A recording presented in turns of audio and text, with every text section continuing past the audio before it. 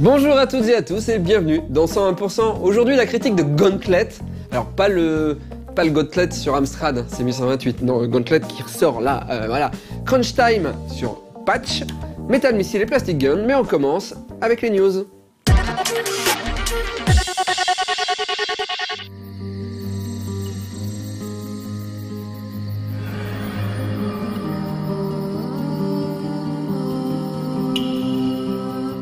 Kickstarté avec succès il y a quelques jours, où il a obtenu plus de 178 000 $ alors qu'il n'en demandait que 45 000, Moon Hunters s'est offert au passage une petite friandise. Il s'agit de version Sony, après avoir atteint les paliers de 65 000 et 120 000 $. Le jeu sortira donc comme prévu sur plateforme Windows et Mac, mais aussi sur PS4 et PS Vita, grâce aux stretch goals qu'il a atteints, et ce courant 2015. Il s'agit d'un action RPG coopératif, même s'il est possible de jouer seul. Jusqu'à 4 joueurs tenteront de comprendre pourquoi la Lune a disparu. Vos choix et relations avec les PNJ définiront votre personnalité ainsi que votre réputation. Sachant qu'à la fin de votre aventure, vous pouvez devenir une légende et l'une des constellations célestes qui orneront la nuit vos futures parties. Il faut en effet savoir que Moon Hunters ne nécessite que quelques heures pour être terminé. Mais le monde est généré aléatoirement à chaque nouvelle partie.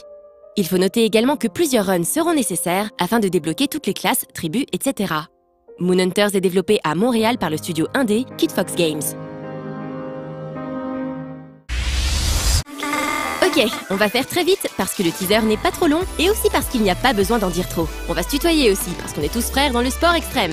Oli Oli 2 a été annoncé par Roll7 à l'occasion de l'exposition EGX à Londres. Au programme, un mode multijoueur en local jusqu'à 4, des niveaux à embranchements multiples, des rampes pour catcher du big air, des reverts pour flamber après 2 ou 3 grinds entre lesquels on pourra switcher et 18 nouveaux sons frais comme la glisse.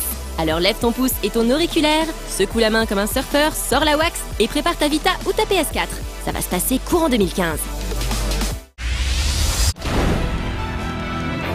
Durant le dernier Tokyo Game Show, Nipponichi a révélé un nouvel épisode de sa série phare Disgaea. Dans ce 5e volet, pour la première fois sur PS4 et uniquement sur cette console, le joueur contrôlera Kiria, un soldat qui veut se venger de l'empereur démon Void Dark. À ses côtés, Séraphine, une ancienne princesse fugueuse et dotée de pouvoirs magiques. Les personnages semblent toujours pouvoir s'empiler pour infliger des combos dévastateurs à leurs ennemis. La stratégie sera visiblement au rendez-vous également, toujours imbriquée sur plusieurs niveaux. Malgré le passage à la PS4, le jeu gardera son aspect 3D isométrique, avec un look se rapprochant de plus en plus d'un animé. Il faudra attendre le printemps 2015 pour semer à nouveau la terreur dans différentes dimensions et mondes démoniaques.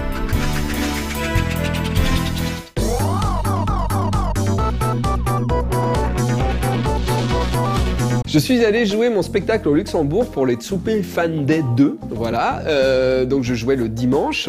On est arrivé avec Rémi qui est mon régisseur aussi, enfin vous le connaissez en tant que cadreur et tout ça, mais aussi il fait la régie de mon spectacle quand je suis en tournée, voilà, et on est arrivé le vendredi au Luxembourg. Alors le Luxembourg, Rémi et moi dans nos têtes c'était le pays des banques, des gros immeubles et tout ça, et on est arrivé dans un petit pays parce que finalement le Luxembourg, dans le Luxembourg c'est quasiment au milieu du pays et tu mets 15 minutes en TGV pour arriver au milieu du pays, donc et vu que c'est quasiment au milieu, c'est-à-dire que tu mets 15 minutes pour sortir du pays, donc c'est pas un pays très grand, voilà.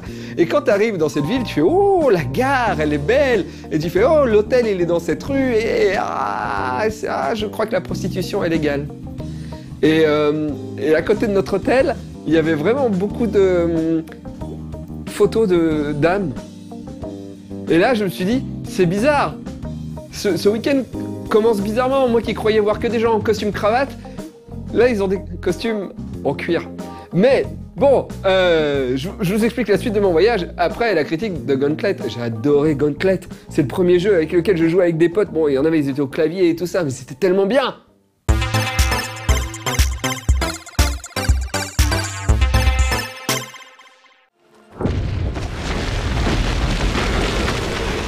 Âgé d'environ 30 ans, le premier Gauntlet est un des symboles de l'âge d'or de l'arcade. Un principe simple, de l'exploration de donjons et de la bagarre. Un mode multijoueur et une difficulté surhumaine. La recette était aussi simple que diablement efficace. Mais Gauntlet est également une série qui n'est pas parvenue à se réinventer et à continuer de vivre. Il y a bien eu quelques suites, notamment sur DS, mais elles sont toutes tombées dans l'oubli. Pour cette nouvelle version de Gauntlet sortie il y a quelques jours, le studio aux commandes est Arrowhead, les créateurs de Magicka. De quoi donner un a priori positif. Ce studio suédois étant spécialisé dans les jeux d'action multijoueurs bien bourrins, ce qui est également Gauntlet. Je suis prête à reprendre le combat.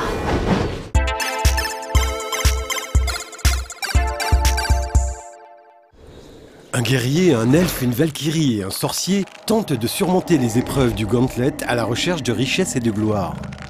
Le scénario est ici un prétexte, ça tombe bien, c'est exactement ce qu'on lui demandait.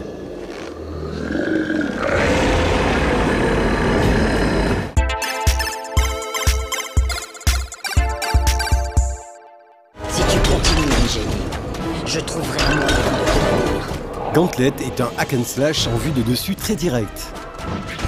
Que l'on joue seul ou à plusieurs, on choisit son personnage. On fait un tour chez le marchand pour modifier son équipement. Puis, on massacre des momies et des orques à tour de bras pendant des heures. Le principe est très classique, mais son exécution s'avère plus que correcte. Le gros point fort de Gauntlet est lié à ses 4 personnages au gameplay vraiment différent. Le guerrier est un tank adepte des grosses attaques au contact des ennemis. La Valkyrie est également spécialisée dans le corps à corps, mais son gameplay tourne davantage autour des parades et des contre-attaques. Quant à l'elfe et au sorcier, ils constituent les 2 personnages spécialisés dans les attaques à distance. Si le gameplay de l'elfe se rapproche de celui d'un shooter en vue de dessus, celui du sorcier se distingue par son côté inhabituel et proche de Magicka. Pour chaque action, il faut combiner 2 éléments parmi la glace, le feu et la foudre, afin de lancer des boules de feu ou des rayons de glace, mais également d'esquiver ou de créer un dôme protecteur. Si un minuscule temps d'adaptation est nécessaire pour mémoriser la dizaine de commandes différentes, cette jouabilité se révèle finalement très instinctive et incroyablement jouissive une fois en jeu. Voilà ce que c'est de provoquer un vrai. Plus généralement, les 4 personnages sont tous très agréables à jouer, tout en offrant des plaisirs différents. Ils ont en commun cette prise en main simple et directe, le nombre de boutons utilisés étant réduit par rapport à beaucoup d'autres jeux du même genre. L'aspect RPG est également très épuré. L'équipement qui se débloque en finissant certains niveaux est réduit à son plus simple appareil, tout comme le nombre d'artefacts, une dizaine par personnage. Une fois équipés, ces objets offrent des pouvoirs supplémentaires aux joueurs. En appuyant sur un bouton de tranche de la manette, vous pouvez faire apparaître une tornade ou un monstre allié, ou augmenter votre vitesse et laisser une traînée de feu derrière vous. Le fait qu'il n'y ait que 10 artefacts différents par personnage est loin de constituer un défaut. Les pouvoirs sont tous très différents, et un plus grand nombre d'objets aurait inutilement alourdi le jeu. Ces 4 personnages différents, alliés à un gameplay épuré, offrent aux joueurs une action directe et débridée. La prise en main est rapide, et éliminer une à une les vagues d'ennemis est très jouissif. Malheureusement, Gauntlet souffre d'un énorme défaut, son level design paresseux exacerbant la répétitivité du titre.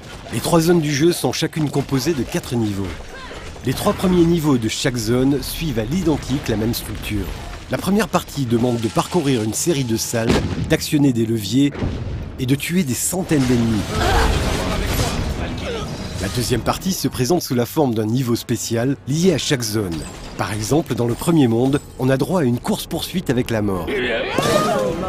Enfin, la dernière partie d'un niveau se déroule dans une arène, où vous devrez simplement éliminer des vagues successives d'ennemis avant d'affronter un boss, tout ce qu'il y a de plus classique.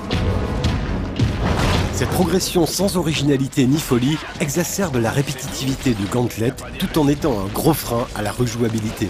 Pour un jeu durant environ 6 heures et axé sur la coopération, c'est un énorme défaut. Tu as ce que tu mérites, Lich.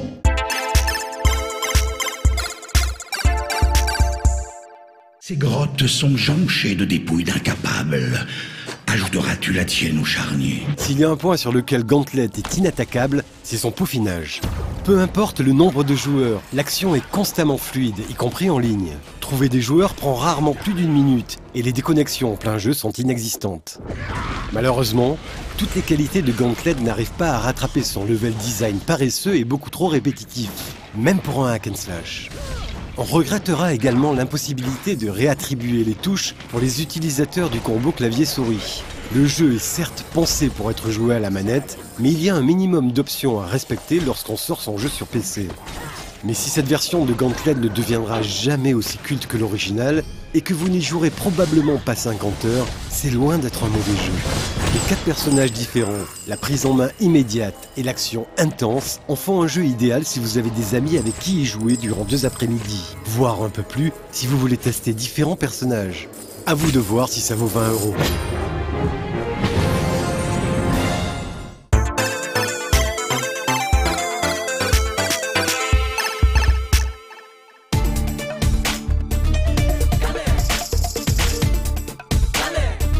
Donc, on doit aller jouer dans Otsume Fandette, dans l'entreprise de Tsume, d'accord?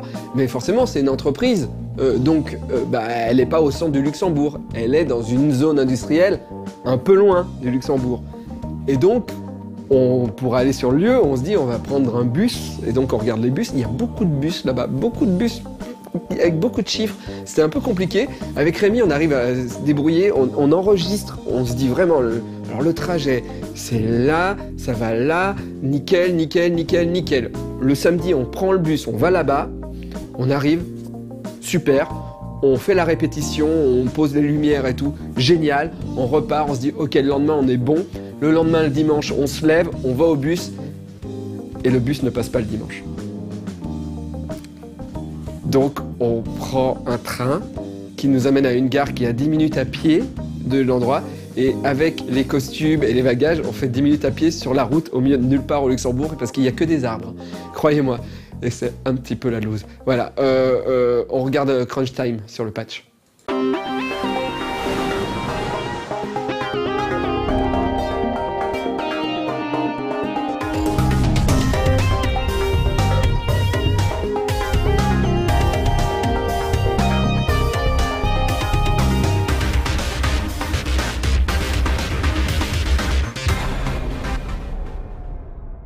Bienvenue dans Crunch Time. Qu'il s'agisse de définir un métier ou d'expliquer un terme technique, grâce à Crunch Time, les mots du développement de jeux vidéo n'auront plus de secret pour vous.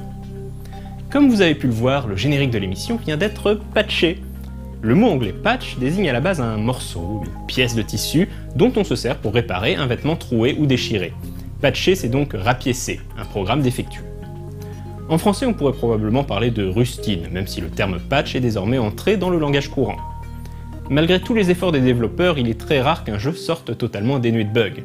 D'ailleurs, j'ai bien connu un chasseur de bugs qui aurait pu vous en parler longuement. Sur arcade et console, les bugs ont longtemps été assez gênants, car le seul moyen de les corriger était de faire fabriquer de nouveaux exemplaires de la borne ou de la cartouche. Sur ordinateur, en revanche, on a rapidement pris l'habitude de patcher les jeux. Les joueurs ont souvent du mal à comprendre pourquoi les patchs sont parfois longs à sortir. Eh bien c'est tout simplement parce que les testeurs doivent rejouer à l'intégralité du jeu pour s'assurer que le patch ne rajoute pas de nouveaux bugs. Un patch que les joueurs estiment facile va parfois demander de longs allers-retours et de nombreuses phases de test. Surtout que sur PC, il faut tester le jeu sur de multiples configurations. On distingue plusieurs types de patchs. Par exemple, le hotfix est un patch sorti dans l'urgence pour réparer un problème important, qui empêche de progresser dans le jeu par exemple. Le balance patch, qu'on trouve fréquemment dans les jeux de stratégie, change certaines valeurs du jeu afin de rééquilibrer la difficulté ou la puissance de certaines unités. Le contents patch ne se contente pas de supprimer des bugs, il ajoute également du contenu supplémentaire au jeu, comme par exemple des niveaux bonus. Il y a aussi le Day One patch, le patch du premier jour, de plus en plus fréquent dans les jeux PC pour le meilleur ou pour le pire. De nos jours, les ventes de jeux PC en boîte perdent du terrain face aux dématérialisés et aux plateformes comme Steam. Du coup, les concepteurs de jeux planifient de plus en plus leur développement en prenant en compte la sortie numérique du jeu qui leur permet de travailler jusqu'à la dernière minute. Sauf que les versions boîte doivent être fabriquées bien en amont en raison du temps nécessaire au pressage des disques, au conditionnement et à la logistique. Du coup, c'est de plus en plus souvent une version non finale du jeu qui est gravée sur le disque, les développeurs ayant prévu que le jour même de la sortie du jeu, les joueurs soient forcés de se connecter en ligne pour valider leur version du jeu et par la même occasion téléchargent un Day One patch pour passer à la version la plus récente du logiciel. Évidemment, le problème de ce plan, c'est que tout le monde n'a pas une connexion internet suffisamment solide pour télécharger ce gros patch. Et puis il faut aussi dire que quand on vient d'acheter son jeu, on a envie d'y jouer tout de suite, pas d'attendre toute la nuit que le jeu se mette à jour. Enfin, pour peu que le jeu possède une composante multijoueur, les développeurs prennent souvent le parti de forcer l'installation des patchs. Car si un joueur qui a encore la version 1.3 souhaite jouer contre un joueur ayant la version 1.4, il y a de grandes chances que les différences de code et de fichiers entre les deux versions causent des erreurs de synchronisation, la fameuse erreur out of sync, ou génèrent des erreurs au niveau du contrôle de redondance cyclique qui gère les transferts de paquets de données, mais là on rentre dans des choses un peu techniques qui dépassent le cadre de cette émission. En tout cas, Crunch Time est désormais patché, vous pouvez admirer le générique réalisé par Matthew et mis en musique par Alex Brandon dans toute sa splendeur. La précédente émission a également été mise à jour sur Noco, mais vu que vous devrez être abonné pour en profiter, c'est quasiment un DLC.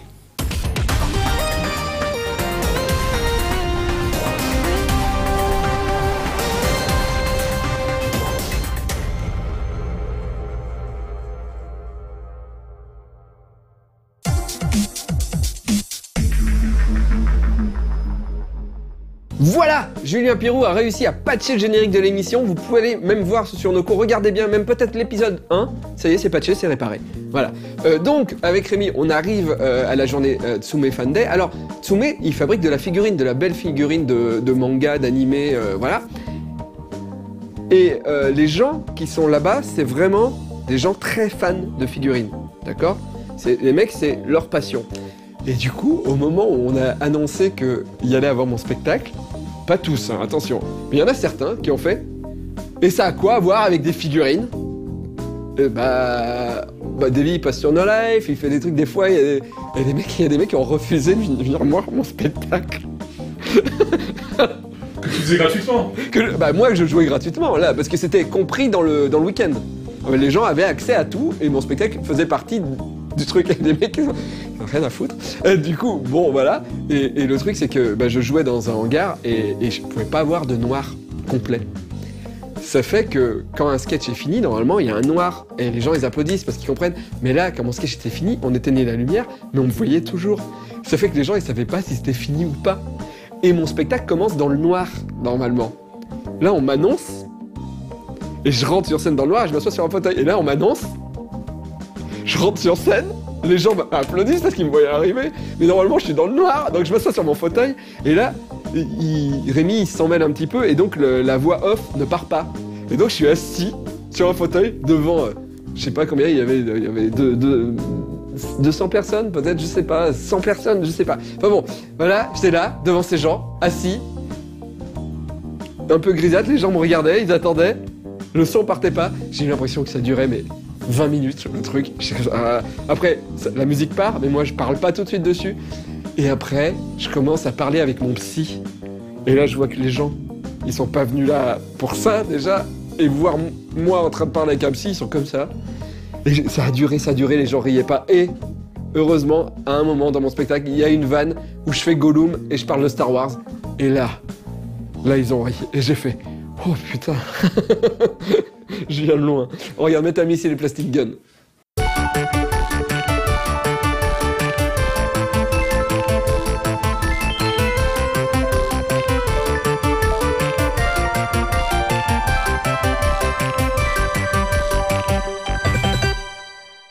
Bonjour à toutes et à tous et bienvenue pour un nouveau numéro de Metal Missile et Plastic Gun. Aujourd'hui, la guerre continue. Voici la suite de la formidable ligne Starcom avec le Shadow Blast Track et puis le Shadow Upriser. Vous allez voir, ils sont à la hauteur de leur namesake. Il y a vraiment des choses à faire avec ça et c'est offensif, c'est bien pensé, c'est du Starcom. Voilà, nous voici en présence du Shadow Blast Track. Donc, comme vous pouvez le constater, un tank bien blindé, bien trapu et bien offensif. Donc vous saisissez d'un côté, vous tirez sur la partie blindée et vous pouvez voir donc un pilote et 3 autres soldats. Vous avez la possibilité de stocker des backpacks et des lasers dans le petit espace qui se trouve ici. Donc c'est très bien. Dans un premier temps, c'est ça qui saute aux yeux. Alors malheureusement, les outrages du temps ont fait leur œuvre néfaste et ce Shadow Blast Track ne fonctionne pas à l'optimum de ses possibilités, mais je vous le montre quand même parce que ça en vaut le déplacement. Et puis si vous décidez à l'intégrer à votre collection, vous en aurez un neuf et vous verrez, ça en vaut vraiment la peine. Donc ici nous avons un bouton de Power Deploy, comme nous en avons pris l'habitude avec nos amis de Starcom, que j'active. Et qui a pour effet de rétracter le blindage frontal. Donc une fois que tout le monde est embarqué, hop, ça remonte et c'est parti parce que ça va péter. Et la chose à la fois dommage et formidable, c'est que quand le Shadow Blast Track fonctionne correctement, le simple fait d'appuyer sur ce bouton et de faire revenir le blindage frontal active la tourelle. Donc je vous le fais manuellement puisque c'est là que se trouve le problème et faisait que la tourelle se surélève. Et en plus, quand il fonctionne bien, elle se surélève lentement avec le développé qui nous est familier dans les jouets Starcom. Et puis, pour éventuellement des adversaires à taille un peu plus humaine ou à taille réduite, nous avons ici ce qu'on appelle le Twin Jolt Cannon que vous sortez en appuyant sur ce bouton. Vous l'avez vu, je vous le refais. Hop, j'appuie dessus, il sort.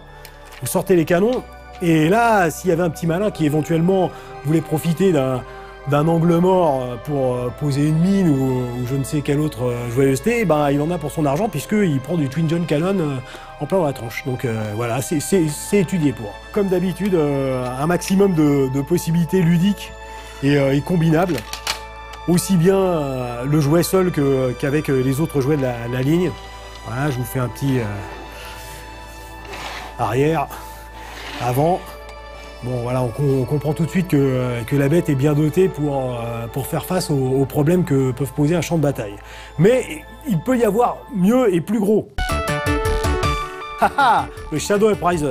Comme vous pouvez le constater, une différence de taille conséquente. Hein, si on peut oser qualifier le Shadow Blastrac de blindé léger, nous voici en présence d'un blindé lourd, très lourd. Donc comme vous pouvez le constater, il est super compact, bien ramassé, protégé de partout, des chenilles vraiment énormes, et ce n'est que le début de ces différentes possibilités.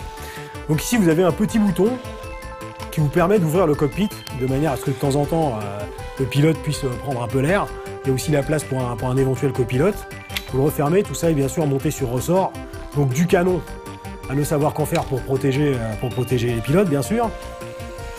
Et puis ce n'est pas fini parce qu'il y a aussi d'autres possibilités cachées, c'est-à-dire qu'en tirant sur les chenilles, vous libérez un autre potentiel d'attaque, à savoir des canons supplémentaires, donc qui sont un peu cachés par l'ensemble de la structure de l'Upriser, mais qui sont bel et bien présents. Ici, vous pouvez tirer sur des canons pour les allonger. Et si vous disposez de troopers supplémentaires, mais vous pouvez les faire servir, les canons qui se trouvent justement escamotés dans les chenilles. Donc c'est vraiment un engin plein de ressources, et encore ce n'est que le début. Donc le Shadow Upriser s'appelle le Shadow Upriser. Pourquoi ? Comme vous l'avez vu, je viens de déployer des ailes supplémentaires, enfin des ailes, disons plutôt une aire d'atterrissage supplémentaire, qui cache elle aussi deux canons lourds supplémentaires, donc vraiment, je le disais tout à l'heure, c'est du lourd. Et le but de tout cela, bien sûr, c'est de pouvoir faire atterrir en campagne de l'aéroportée. Donc nous retrouvons notre ami le Shadow Bandit que nous avons vu la dernière fois avec un plaisir intense et de nouveau renouvelé maintenant. Et donc vous pouvez parfaitement passer avec votre aéroportée et vous poser sur le Shadow Upriser. C'est fait pour ça. Il est un peu plus adapté aux Shadow Parasites, les petits chasseurs Delta que nous avons vus il y a un certain temps de cela, mais il y a quand même la place pour poser de l'appareil volant. Alors, j'ai un peu grillé les étapes parce que la chose qui est intéressante là-dessus, c'est ceci. J'appuie. Et c'est là que le sens de l'appellation Shadow Upriser prend toute sa totalité. C'est que, comme vous avez pu le constater, la piste d'atterrissage s'élève vers le ciel de manière à faciliter un atterrissage dans un terrain ennemi et hostile. C'est une redondance, mais ça arrive souvent. Donc voilà, vous avez vu, on le refait parce que c'est quand même quelque chose de très bien. Donc vous avez ici deux bras en X et à l'intérieur le moteur que vous mettez en fonction par le simple fait de le remettre en position de départ. Et ensuite, le bouton de déclenchement que vous voyez ici, j'appuie dessus. Et le Power Deploy entre en action. Voilà, une superbe bête, vraiment, là aussi des idées techniques, des applications militaires, c'est tout ce qu'on peut rêver dans un bon jouet. Voilà pour le Shadow Blastrac, voilà pour le Shadow Upriser, deux véhicules blindés et terrestres de l'armée de Shadow Force. Et c'est par ces deux monstres que nous terminerons le petit cycle consacré à Starcom. J'espère que ça vous a fait plaisir et Starcom, je vous encourage à en rechercher, ça donnera éventuellement un revival à ce jouet, mais comme vous avez pu le constater, ça a 20 ans et ça n'a pas pris une ride. Voilà, n'oubliez pas, les jouets sont quelque chose de beaucoup trop sérieux pour être confiés aux enfants.